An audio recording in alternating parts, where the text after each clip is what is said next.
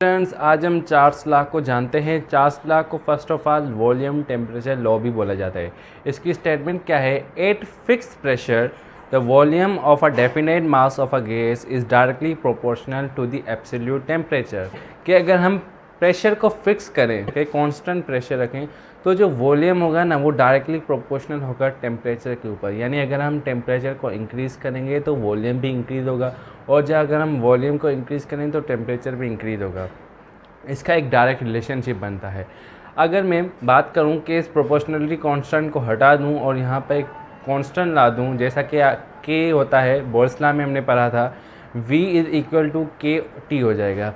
अगर मैं t को इक्वेशन के उस साइड ले जाऊं तो ये डिवाइड हो जाएगा v के साथ, तो k की एक वैल्यू हो जाएगी जो कि है k is equal to v upon T. सही है। अगर मैं इसको थोड़ा और एक्सप्लेनेशन करने की कोशिश करूँ चार्ल्स लॉ को, तो सपोज़ कर लीजिए कि मेरे पास दो कंटेनर हैं। एक पर जो टेम्परेचर मैंने अप्लाई किया है वो कम है और उस वजह से इसका वॉल्यूम भी कम है। जैसा कि इसका टेम्परेचर को मैंने बोल दिया है T1 और उसके वॉल्यूम को मैंने बोल दिया है V1। इतनी बात आपको समझ में आ गई। अब अगर मैं दूसरा कंटेनर देखूं तो उसमें जो टेम्परेचर वो ज़्यादा दिख रहा है मुझे और उसका वॉल्यूम भी इंक्रीज दिखा दे रहा है, यानी ये चार्ल्स लॉ यहाँ पर अप्लाई हो रहा है। तो मैंने इसके टेम्परेचर को T2 बोल दिया और इसके वॉल्यूम को मैंने V2 बोल दिया।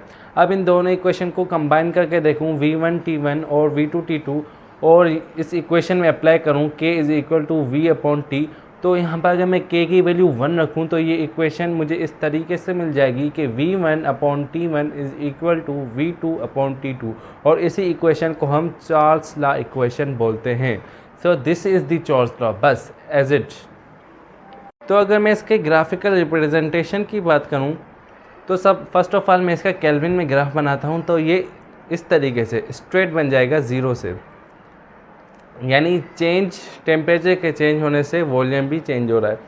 तो ये केल्विन में कुछ इस तरीके से सीधा ग्राफ बन जाएगा। जबकि अगर मैं बात करूँ सेल्सियस की, तो उसमें आपको एक्स्ट्रापोलेट दिख रहा है, यानी सेकेंड क्वाड्रेंट में भी लाइन आपको डॉटेड लाइन दिख रही है। ये क्यों दिख रही है? क्योंकि हमारे पास -273 डिग्री सेल्सियस, जो कि यहाँ पॉइंट से ओरिजिनेट हो रहा है ग्राफ, वो होता है 0 केल्विन से, और चार्ल्स ने एक स्केल दी थी 0 केल्विन, और उसी से ही टेम्परेचर शुरू होता था।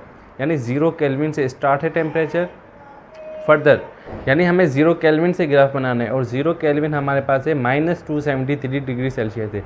डेट इज़ वाई कि यहाँ पर एक्स्ट्रापोलेशन हुई है जो कि सेकेंड क्वाड्रेंट से स्टार्ट हुई है, और माइनस में साइन दिखा दे रहा है, तो इस वजह से सेकंड क्वाड्रेंट में बनाया गया है ग्राफ आधा, और डेट इज़ वाई इसको हम सेल्सियस ग्राफ बोलते हैं in Charles law. That is all about Charles law. I hope कि आपको ये वीडियो पसंद आई होगी।